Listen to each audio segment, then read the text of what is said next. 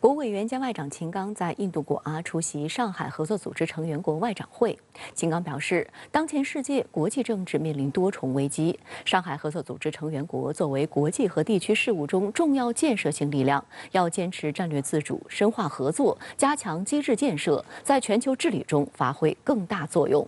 秦刚在会议期间还分别会见了俄罗斯外长拉夫罗夫和印度外长苏杰生。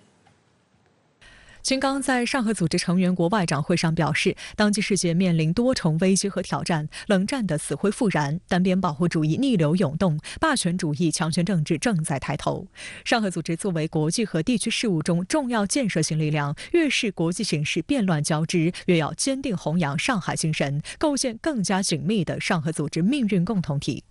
秦刚提出5点建议：一要坚持战略自主，加强团结互信；二要深化安全合作，守护地区和平；三要倡导开放包容，促进联动发展；四要坚守公平正义，完善全球治理；五要着眼长远发展，加强机制建设，有序完成伊朗、白俄罗斯加入上合组织进程。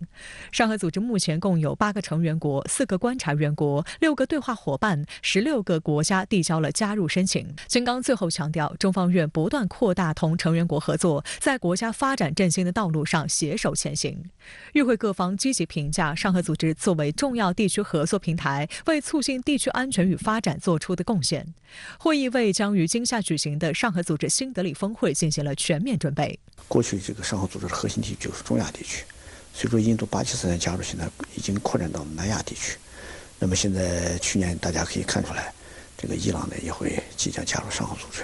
一批阿拉伯国家呢也成为了对话伙伴。上合组织在欧亚地区啊，名副其实成为了欧亚地区影响最大、体量最大的一个区域性国际组织。所以大家都很期待，这次上合峰会呢，能对这个地区的稳定、这个地区的发展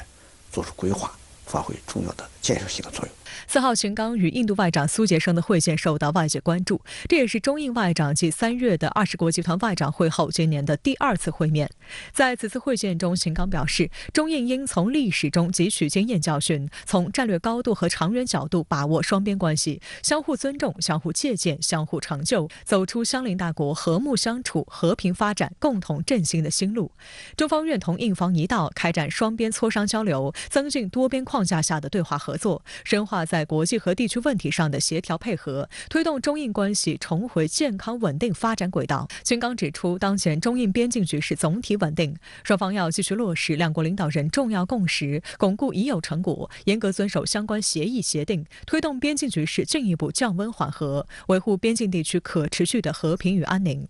苏杰生表示，印中在许多方面需要加强合作，印方希望同中方继续通过协商，寻求维护边境地区的和平稳定。一段时间以来，中印就边境问题频繁沟通。4月23号，中印两军举行了第18轮军长级会谈，双方就加快解决边界实控线争端有关问题深入交换意见。上周，中印防长也在上合组织防长会期间举行了会谈。外界认为，两国外长的再次接触进一步延续了中印改善双边关系的良好态势。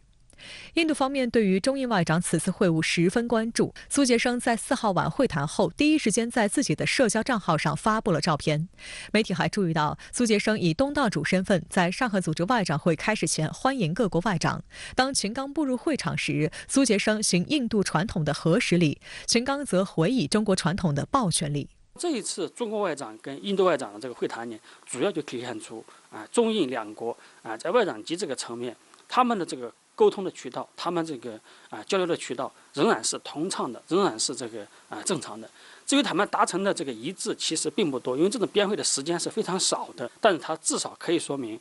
中国和印度两国政府都愿意维持沟通，愿意稳定中印关系。那么对中印关系的整体走向，还算是一个积极的信号。4号，秦刚还与俄罗斯外长拉夫罗夫举行双边闭门会谈，这是中俄外长继3月的 G20 外长会和上个月在乌兹别克斯坦萨马尔罕后年内的第3次双边会晤。秦刚表示，中方愿同俄方一道落实好两国元首重要共识，加强战略沟通，巩固深化各领域合作。拉夫罗夫表示，习近平主席成功访俄，为双边关系发展注入强劲动力。俄方愿同中方一道，加强各领域合作，推动两国关系迈向更高水平。双方同意加强与上合组织成员国沟通协调，维护上合组织团结合作大局，将上合组织打造成为成员国互利合作的平台。双方同意加强金砖国家、20国集团、联合国等多边框架下协调配合，反对各种形式的霸权主义，维护新兴市场国家和发展中国家共同利益，维护国际公平正义。双方还就乌克兰危机交换意见。秦刚表示，中方将坚持劝和促谈，愿同俄方保持沟通协调，为政治解决危机做出实实在在的贡献。拉夫罗夫表示，俄方重视中方发表的关于政治解决乌克兰危机的立场文件，赞同中方原则立场，愿同中方以坦诚方式保持密切沟通。来关注中韩关系。近段时间，韩国总统尹锡悦在访美前后，频繁在涉及中方核心利益的台海、南海问题上发表错误言论，触碰中方红线。回国后，尹锡悦又拿中国说事，抱怨中国所谓庇护朝鲜，一系列不当言论令中韩关系不断陷入困境。然而另一方面，韩国驻美大使4号又发出要与中方接触、保持良好关系的信息。尹锡悦政府的对华政策究竟还剩下几分诚意？一次次向美国递上投名状，真的能换来韩国想要的国家利益吗？来看看报道。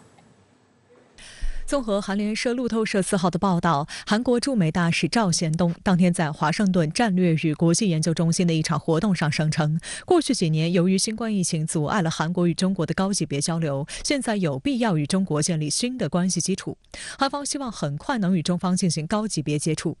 赵贤东称，中国是韩国最近的邻国，这一点不会改变。中国一直是韩国的头号贸易伙伴，而且在相当长的一段时间内还将保持这种地位。因此，我们必须与中国保持良好关系，对此我毫不怀疑。赵贤东还着重强调，我们必须与中国保持良好关系。不过，韩方要跟中国保持良好关系，当前却并不具备良好氛围。赵贤东特别提到，对于近期韩方与美国和日本方面的大量外交接触，中国可能由此产生了一些不愉快的反应，特别是在上周美韩元首会晤后发表的华盛顿宣言和两国联合声明。外界注意到，美韩借机在台海、南海问题上指手画脚，包括重申所谓维护台海和平与稳定的重要性，宣称反对任何试图通过武力单方面改变印太地区现状的图谋，包括通过非法海洋主张、填海军事化和胁迫活动。4月27号晚，中国外交部亚洲司司长约见韩国驻华使馆公使，就美韩联合声明涉华错误部分提出严肃交涉，表达强烈不满。而尹锡悦在访美前还在接受英国路透社专访时，公然妄议台海问题，借此向美示好。观察指，尹锡悦政府一面屡屡触碰中方核心利益的红线，一面又通过驻美大使释放所谓寻求高层接触交流、建立新的关系基础，其中的诚意几何值得怀疑。虽然尹锡悦近期多次做出了有关中国的负面表态，但是它改变不了一个基本的事实，就是中国韩国之间的相互依存是非常紧密的，尤其在经济领域。所以我们会发现，韩国政府近期以来的一些动向的特点，就是尹锡悦他出于亲美外交的理念，会说出一些出格的话，做出一些出格的举动，但是他的总统办公室还有他的外交部门总是会紧随其后跳出来去救火。5月2号访美回来的尹锡悦继续拿中国说事。据韩联社报道，当天在龙山总统府的一场记者会上，针对近日中国批评美韩华盛顿宣言一事，尹锡悦做出一番辩解，其中提到，由于中国完全不参与国际社会针对朝鲜违反安理会决议的制裁行动，韩国这么做是别无选择。尹锡悦的这种观点其实是非常片面，而且也有点本末倒置，因为他没有考虑到朝鲜发展核武器的一个根本的动因，是因为它处在一种安全的困境当中，而这种安全的困境其实是美国、韩国造成的，而并不是中国造成的。5月2号，尹锡悦在向内阁说明美国之行的情况时，还告诉内阁，韩美同盟以核为基础进行升级，并已扩大到包括供应链、工业和科技联盟。美韩华盛顿宣言和联合声明中还宣称，将在半导体领域加深合作，以加强双方在高科技领域的供应链韧性。将中国排除在半导体供应链之外，阻遏中国高科技发展的意图也显而易见。讽刺的是，尹锡悦当天却对记者假意声称：“我们没有对华出口管制，无论是技术还是商品，只要中国不对我们采取敌对行为，双方遵守合同，保持可预测并相互尊重，完全可以和中方一起解决经济问题。”但事实上，在尹锡悦启程赴美的前一天，拜登政府突然发出最后通牒，即一旦中方禁止美国存储科技企业美光在华销售，韩国芯片企业不许填补中国市场缺口。由此可见，韩国在对华贸易方面俨然已经被美操控，直接面临主导产业被美国坑惨的窘境。韩国中央日报评论员李相烈4号就在其专栏文章中指出，半导体同盟韩美之间有很多悬而未决的问题，包括提交机密信息、限制在华半导体生产等补贴毒丸条款、对华半导体设备出口管制等，再加上《金融时报》报道的动员三星和 SK 海力士的计划等。但是尹锡悦总统访问美国，并没有对此得到令人满意的解决方案。文章表示，韩国半导体产业在过去40年里多次渡过难关，但从未像现在这样被卷入列强霸权竞争的中心，迫切需要国家战略来维护包括三星和 SK 海力士在内的韩国企业的实际利益。尹锡悦上台以来，他强调是价值观外交，他改变了以前韩国政府那种战略模糊，他想做到一种战略清晰，想明确地站到美国那边。中韩关系如果恶化了，那么其实，韩国在与美国打交道的过程当中，也会处在一种非常不利的地位，因为它没有了某种选择的余地和空间，对韩国本身的利益来说是一种巨大的损害。在一片屈辱外交的批评声中，韩国总统尹锡悦将在7号迎来日本首相岸田文雄。时隔12年，韩日重启穿梭外交，推进双边关系和解，实则是为美国的印太战略服务。接下来，北约也进一步把手伸进亚太，将于2024年底前在日本东京开设联络处。中方提醒，北约持续东进亚太，干预地区事务，应引起地区国家高度警惕。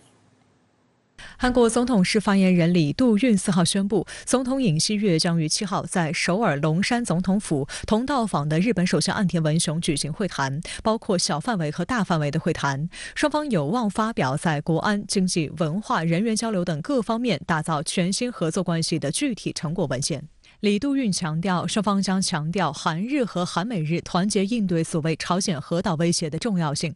会后，两国领导人还将共同会见记者，但双方恐怕不会在那个场合发表联合宣言。这一问题需要两国经协商和首脑会谈后做决定。岸田文雄这次呢，对韩国是一种工作访问，工作访问呢就表明双方在一些具体问题上进行协调，而不是对两国的战略方向进行大的一个规划。所以在这种情况下呢，可能双方不会发表类似于小林惠山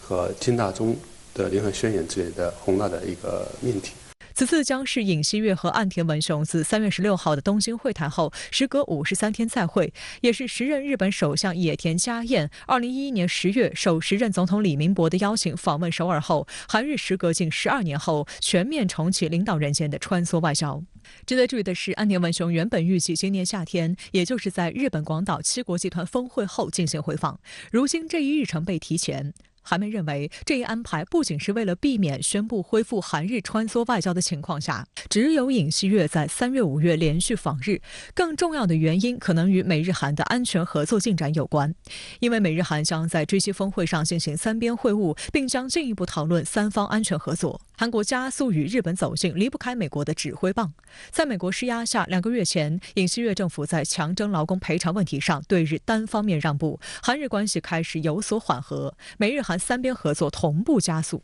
据美国国防部下属网站4号发布的消息，上个月18号，韩日潜艇指挥官访问美军关岛基地，登上缅因号战略核潜艇。韩联社认为，韩军潜艇指挥官登上正在执行作战的美军战略核潜艇尚属首次，韩美日3国潜艇指挥官共同登艇更是前所未有。美军第7潜艇大队方面声称，此举展现美国与韩日形成的特别关系，并表明美国对日韩的承诺重于泰山。而缅因号或还将借7国集团广岛峰会之机访韩。那首先就说明是一种遏制的姿态，表明对第7国家加强了一种和遏制的态势。那么第二呢，它是同时邀请日韩双方的这个军官呢登上这个潜艇，那么是展现了美日韩共同合作团结一致的一个态势。第三个呢，就是美国同时让日韩2国去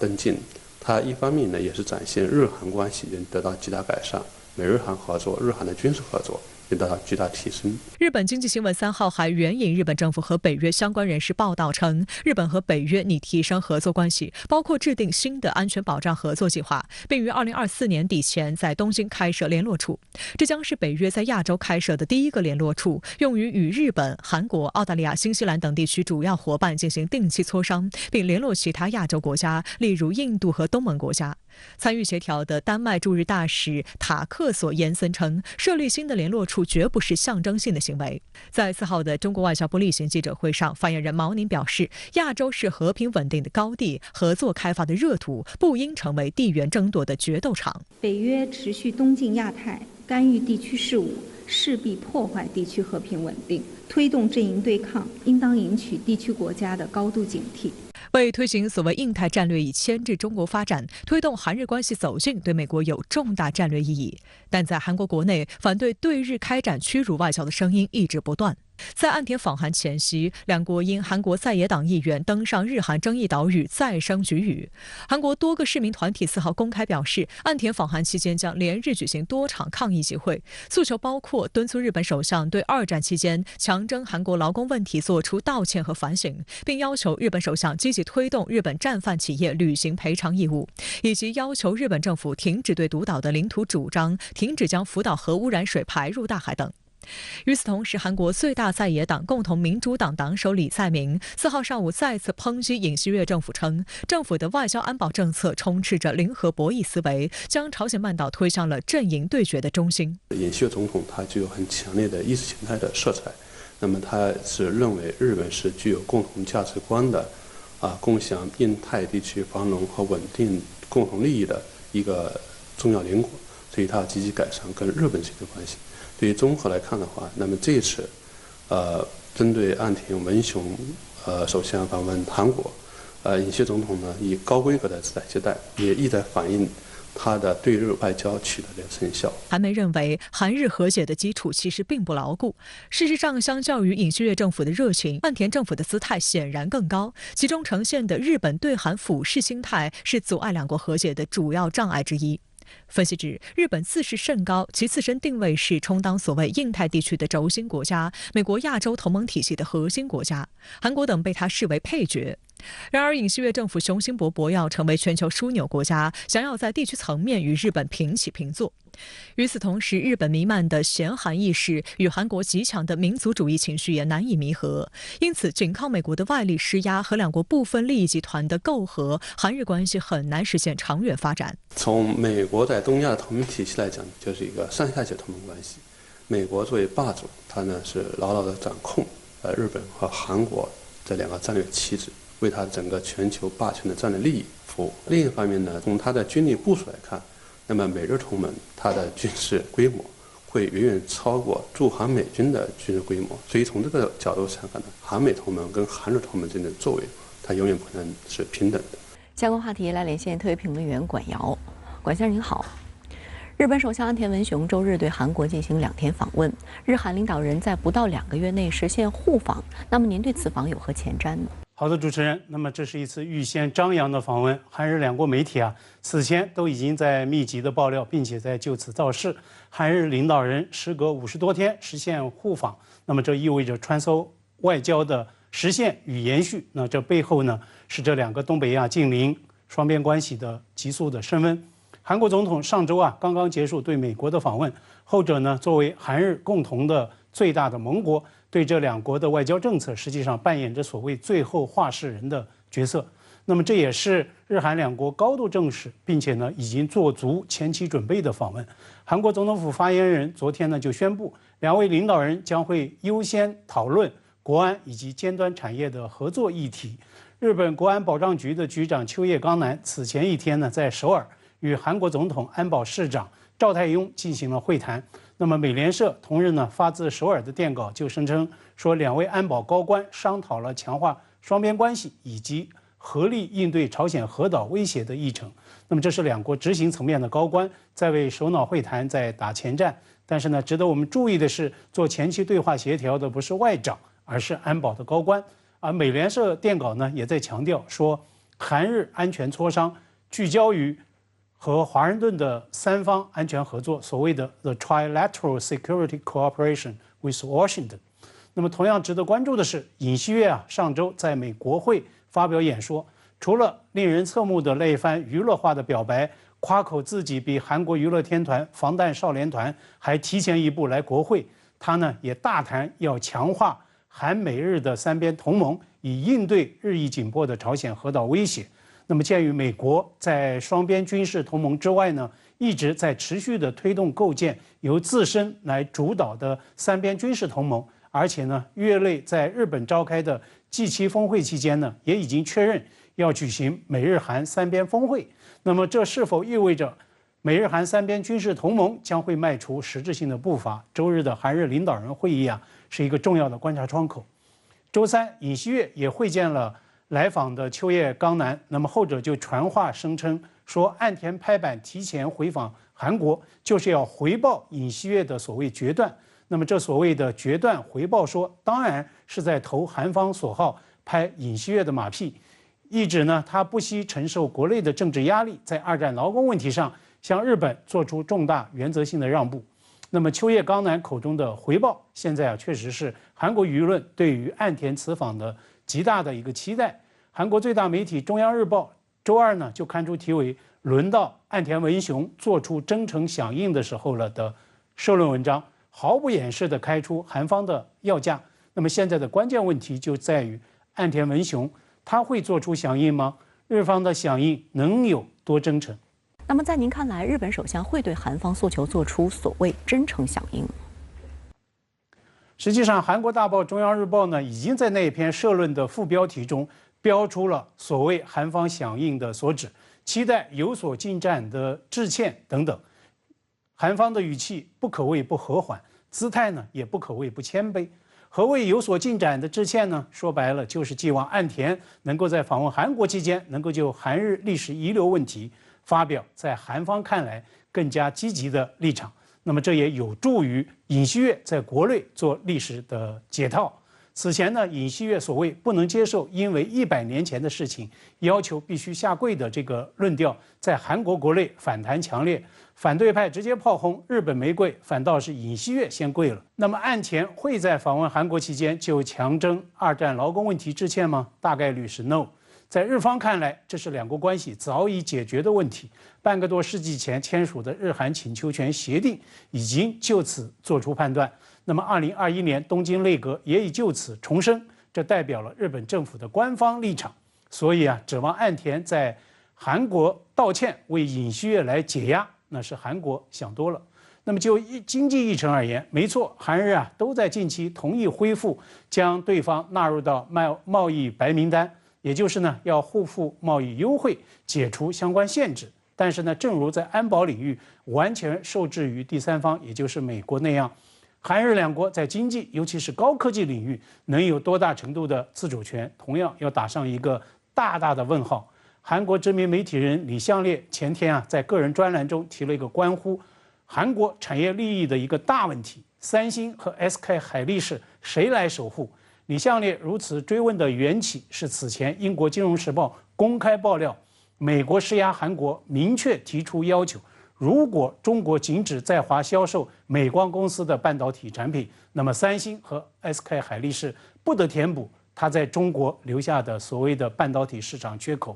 那么这就是赤裸裸的经贸霸凌行径，是国家力量直接下场搞所谓的长臂管辖，强行干预其他国家的市场选择。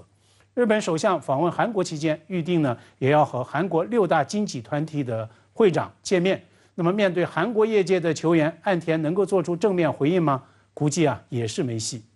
韩国驻美大使宣称，韩国很快将在高级层面与中方接触。那么您对此有何评论？在美日韩关系持续升温、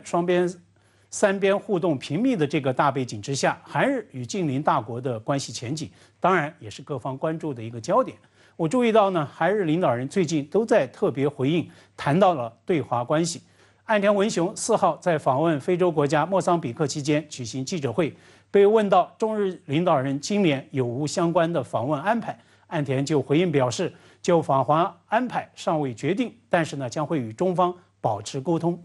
尹锡悦访美归来开午餐会，见记者做内部吹风。当有记者提问中方对美韩华盛顿宣言相关涉华表述反应强烈时，尹锡悦就回应，只要韩中相互尊重，就一定能够解决经济问题。我也注意到，就在本周二，中日韩三国财长和央行行长会议在仁川的松岛进行。韩国副总理邱庆稿就特别强调，中日韩三国经济在全球经济所占的比重超过20%，三国合作将会成为全球经济复苏的新引擎。韩国驻美大使赵贤东就中韩乃至中日韩关系做积极的表态。他是在出席华府智库美国战略与国际问题研究中心座谈会时，被问到华盛顿宣言对中韩关系的影响时，做出这一番表示的。那么在我看来，尽管韩国官方确实近来呢有一些个积极的涉华表态，而中国作为韩国最大贸易伙伴国的地位与影响无可撼动，但是呢，韩国乃至日本的外交取态确实展现出在中美之间一边倒、选边站的这样一种真实的姿态，甚至呢不惜代价、不计后果，追随并且加入到美国旨在全面遏华制华的印太战略的推进过程中。那么这不可能不对中韩双边关系带来实质性的影响与破坏。尹锡悦在美国国会发表演说时，曾经多次强调要明确告知朝鲜红线所在。那么在中韩关系上，尹锡悦同样要有红线意识，要知道底线所在。中国最高领导人曾明确告知拜登总统，台湾问题是中美关系基础中的基础，是中国国家利益核心中的核心，是一条不可逾越的红线。那么这一番表述啊，同样适用于中韩、中日关系。如果韩日追随美国起舞，滥打台湾牌，那么中韩、中日的关系必将会遭到严重的冲击与破坏。好的，也谢谢管先生跟我们共同在线分享您的观点。谢谢。继续关注俄乌局势，克里姆林宫遭遇无人机袭击事件仍在持续发酵。俄罗斯方面4号表示，美国是这场袭击的幕后黑手，乌克兰受到美方指使。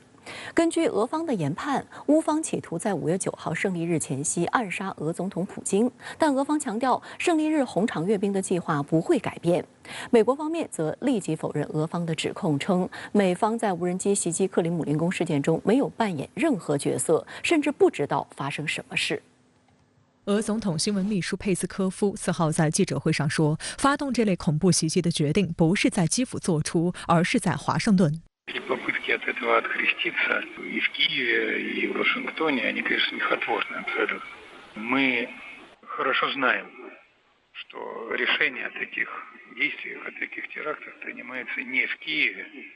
а именно в Вашингтоне. 佩斯科夫说，美方为乌方选择袭击目标和袭击方式，是否按照华盛顿说的做。佩斯科夫没有披露俄方可能做出的应对选项，仅表示将按照俄方国家利益审慎采取相应措施。他同时拒绝对俄方是否会把泽连斯基作为打击目标予以置评。佩斯科夫还称，俄联邦安全会议不计划就克宫遭无人机袭击事件召开紧急会议，但俄总统普京当地时间5号将与俄联邦安全会议常务委员会举行例行会议，会上很有可能讨论此次事件。作案只有2种啊，一个是基辅做的，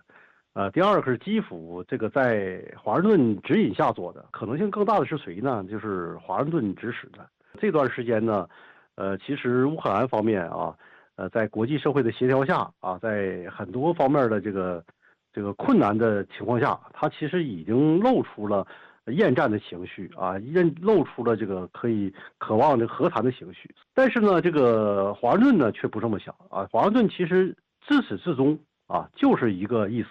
就是通过这个俄乌冲突，把这个俄罗斯拖垮。那么这个目的现在还没有完全达到，所以说华盛顿不满，他就不想让战争结束。他不让战争结束，他就会想出一些办法。值得注意的是，俄罗斯媒体4号公布了普京在克里姆林宫会见俄罗斯经济发展部长列舍特尼科夫的画面。法新社注意到，这是克宫遭无人机袭击事件发生后，俄罗斯媒体首次公开普京在克宫画面。俄罗斯外交部同日发表声明，谴责乌方发动这次无人机袭击，并指认乌方长期支持和采用恐怖主义手段袭击民用设施。声明说，俄方将依据基辅对我方领导人构成威胁的评估作出回应，将找到关联袭击的责任人予以严惩。当天晚些时候，美国国家安全委员会战略沟通协调员科比否认俄方的指控。科比表示，美方在无人机袭击克里姆林宫事件中没有扮演任何角色，美国既不鼓励也不允许乌克兰在乌克兰境外发动袭击。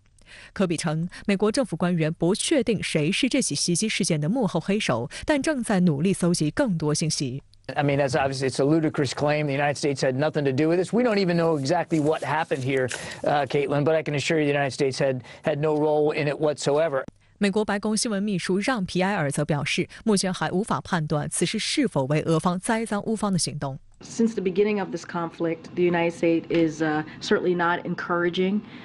enabling Ukraine to strike beyond its borders. We've been very clear from here about that. But again, I don't want to get into speculation from here about the authenticity of this report. So I'm just not going to speculate from here. 对此，俄罗斯驻美大使安东诺夫认为，美国正在包庇乌克兰。他同时强调，美国官员对当前局势的评论令人震惊，是无耻和荒谬的。他希望美国政府有足够的勇气和尊严谴责这一恐怖行为。另外，俄总统新闻秘书佩斯科夫重申，5月9号卫国战争胜利日，红场阅兵将按计划举行，普京届时将讲话。但普京不打算就无人机袭击事件专门发表讲话。当地时间4号晚，纪念俄罗斯卫国战争胜利78周年莫斯科红场阅兵活动依然按计划进行了第2次彩排。此次彩排是继4月27号首次排练后再次进行的夜间彩排。